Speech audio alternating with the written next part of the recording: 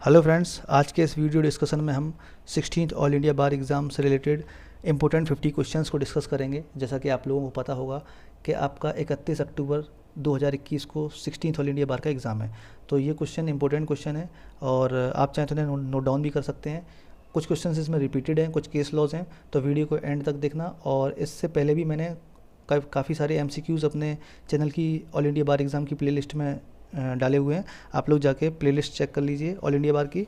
तो चलिए friends start करते हैं। पहला क्वेश्चन है, अकॉर्डिंग टू फैक्ट्री एक्ट के अकॉर्डिंग चाइल्ड का मीन्स क्या है? Child means a person who has not completed his 15 year of age, जिसने अपनी 15 साल की उम्र पूरी नहीं की हो।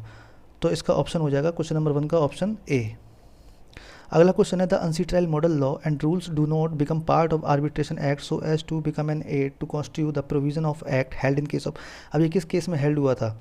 ये हुआ था Union of India versus East Coast Boat Builder, option A. अगला क्वेश्चन है, according to section 7 clause 4 of arbitration conciliation act.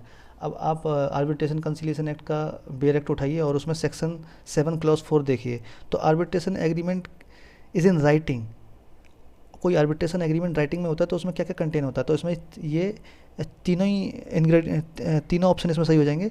Option D इसका राइट आंसर हो जाएगा, ऑल ऑफ द अबव।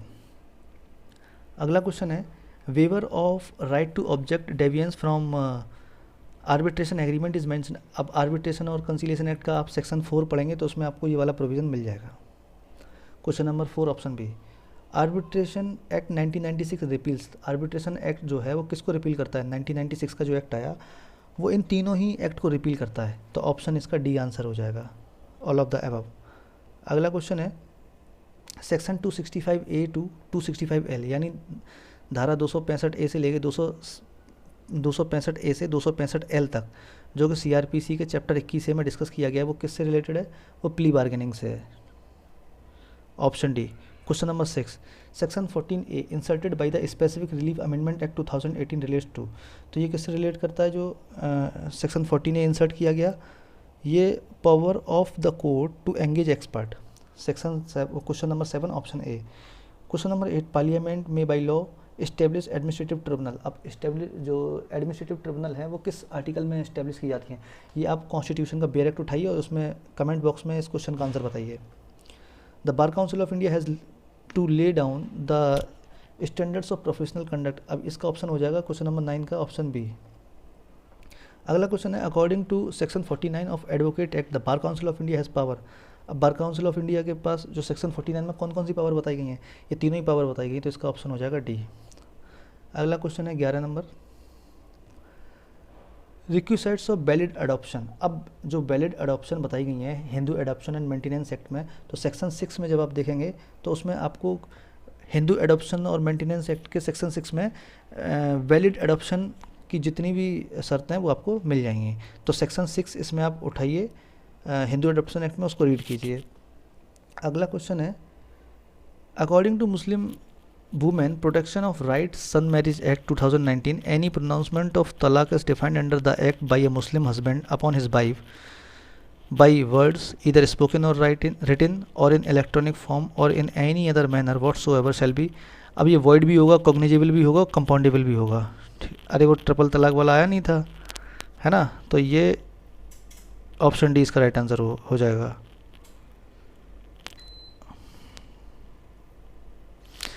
उसके बाद है question number 13, the succession act amendment act 2005 provides. तो ये किसको प्रोवाइड किया जाता है? ये इसमें भी all of the above, question number 13 option D. Question number 14, a Hindu wife had been living with her children and all the children had been brought by her without any assistance and help from the husband many year the wife has. अब wife को separate residence और maintenance किस section में मिलेगा? ये आपका मिलेगा 18 clause 2 clause A of Hindu adoption and maintenance act में, option C. Question number 15, imposition of compensatory cost. अब जो कंपनसेटरी कॉस्ट लगाई जाती है वो सेक्शन 35A में लगाई जाती है CPC के, क्वेश्चन नंबर 15 ऑप्शन बी। अगला question, which provision under the CPC deals with the substituted service of someone. तो ये इसका ऑप्शन सी हो जाएगा, ऑर्डर 5 रूल बेस। अगला क्वेश्चन है, the question is whether A owes B ₹10,000। क्या ए ने बी से 10,000 रुपये उधार लिए? अब इसमें कौन कौन से तथ्य सुसंगत होंगे, मतलब कौन कौन से स्टेटमेंट रिलेवेंट होंगे। पहला है the fact that A asked C to lend him money, तो ए ने सी से पूछा कि क्या वो उसे मनी लेंड देगा, मनी लेंड करेगा। डी सेड, अगला ऑप्शन है D said to C in A's presence and hearing I advise you not to trust A for he owes B 10,000। तो ये सारे ही इसमें फैक्ट रिलेवेंट हो जाएंगे, ठीक है। ऑप्शन डी इसका राइट आंसर हो जाएगा। Question number 18, so much of such information whether it amounts to a confession or not as relates distinctly to the fact thereby discovered by the police may be proved under section 27 of Indian evidence act. देखो section 27 Indian evidence का ये कहता है कि अगर कोई भी जैसे एक्यूज उस पर जिस पर ट्रायल चल रहा है, तो इन्वेस्टिगेशन के दौरान अगर वो पुलिस को कोई भी फैक्ट बताता है कि जैसे मान लो उसने चाकू से हत्या की है और उसने बताया कि चाकू मैंने घर के पीछे किसी खाली जगह में गाड़ रखा है, वहाँ पे मैंने छुपा रखा है, तो पुलिस जाती है, अगर वहाँ से वो चाकू बरामद होता है तो ये किस सेक्शन में डिस्कस है, सेक्शन 27 में। अगर तो मतलब कोई एक नया फैक्ट डिस्कवर हो गया। अगला क्वेश्चन है 19 में देखो ये एक्सपर्ट ओपिनियन के बारे में बात कर रहा है। तो जो एक्सपर्ट ओपिनियन होते हैं ना, चाहे वो आपके फॉरेन लॉ से रिलेटेड हो, साइंस, आर्ट और as to identity of hand writing, ये सेक्शन 45 में डिस्कस है। तो क्वेश्चन नंबर 19 का ऑप्शन बी हो जाएगा।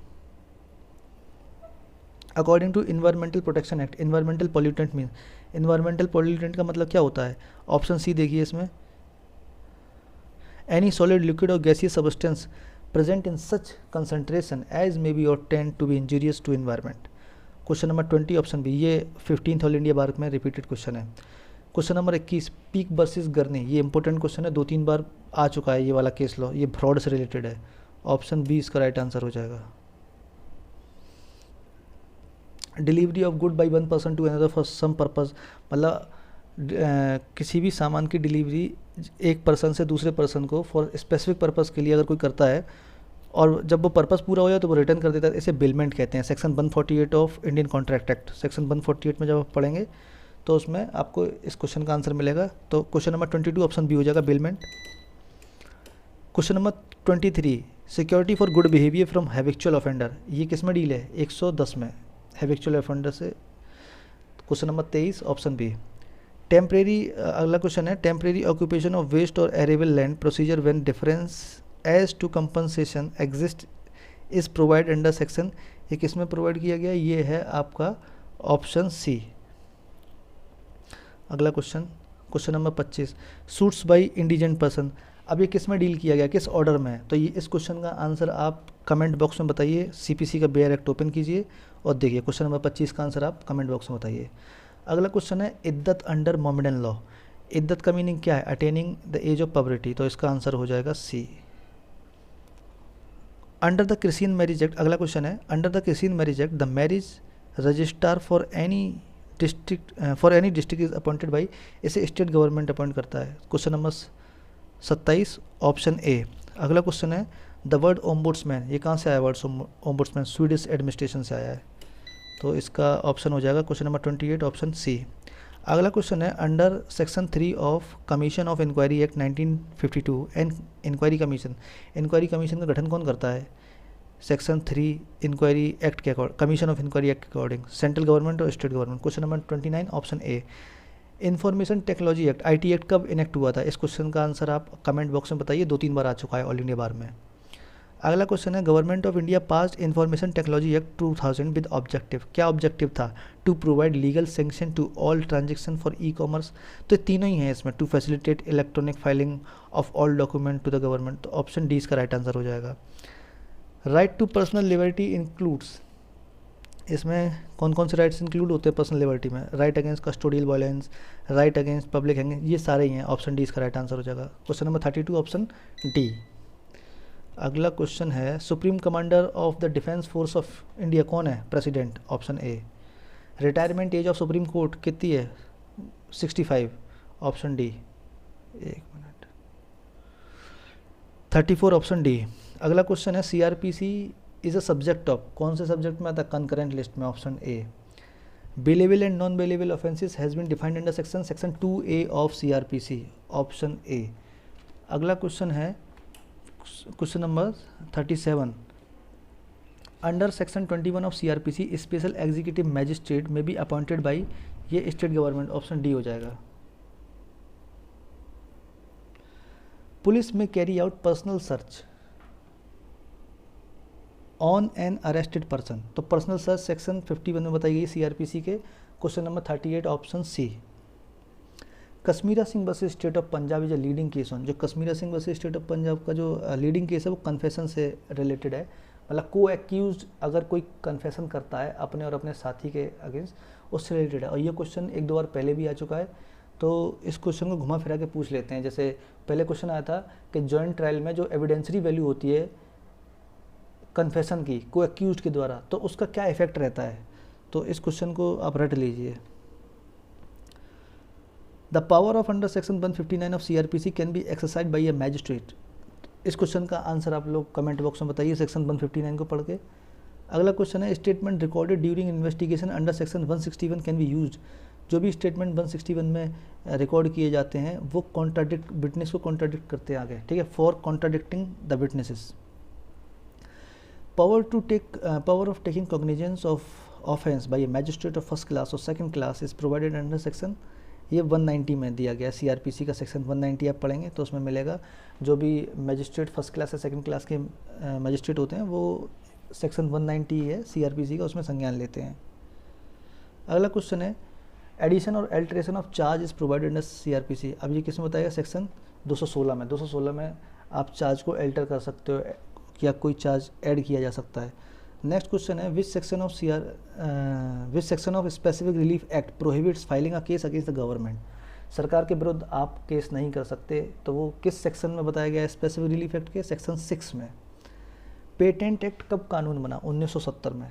Question number 45 patent act become a law 1970। Cheque bounce का जो केस होता है सेक्शन 138 नेगोशिएबल इंस्ट्रूमेंट में, वो किसके द्वारा ट्रायबल है, कहाँ उसका ट्रायल कहाँ चलता है, मैजिस्ट्रेट कोर्ट में, सेक्शन 46 ऑप्शन सी। अगला क्वेश्चन है the provision of establishing public service commission is made under. अब इस क्वेश्चन का आंसर आप लोग कॉन्स्टिट्यूशन का डायरेक्ट उठाइए और इस क्वेश्चन का आंसर कमेंट बॉक्स में बताइए। अगला क्वेश्चन है 48 the case Krishna Gopal versus state of MP, ये किससे रिलेटेड है, noise and air pollution, option C. What is the punishment for advocate if the established finding of the bar council is misappropriation? तो इसमें तीनों ही पनिशमेंट लग सकते हैं। Impose a fine, name of advocate will be struck off from the rolls, option D हो जाएगा। Question number 49 option D is right answer. Next question है GST कब फोर्स हुआ, ये रिपीटेड क्वेश्चन है, ये शायद 12-13 में आया था ऑल इंडिया बार के, 12th ऑल इंडिया बार में आया था शायद। तो ये इस क्वेश्चन का आंसर हो जाएगा 1 जुलाई 2017 में GST फोर्स हुआ था। तो फ्रेंड्स इस वीडियो डिस्कशन में बस इतना ही है। जो भी क्वेश्चंस मैंने आपके लिए बोले हैं वो आप फाइंड करके अपने कमेंट बॉक्स में बताइए। और इससे पहले भी मैंने कई सारे MCQs डिस्कस किए हैं, 4-5 वीडियोस पढ़े हैं। ऑल इंडिया बार एग्ज़ाम की प्लेलिस्ट जाएंगे आप खोलेंगे तो आपको मिल जाएगा। इस वीडियो की PDF मैं अपने टेलीग्राम चैनल पर शेयर करूँगा, आप लोग मेरा टेलीग्राम चैनल ज्वाइन कर सकते हैं और जिसका लिंक आपको डिस्क्रिप्शन बॉक्स में मिल जाएगा। तो इस वीडियो डिस्कशन बस इतना ही था। Thank you.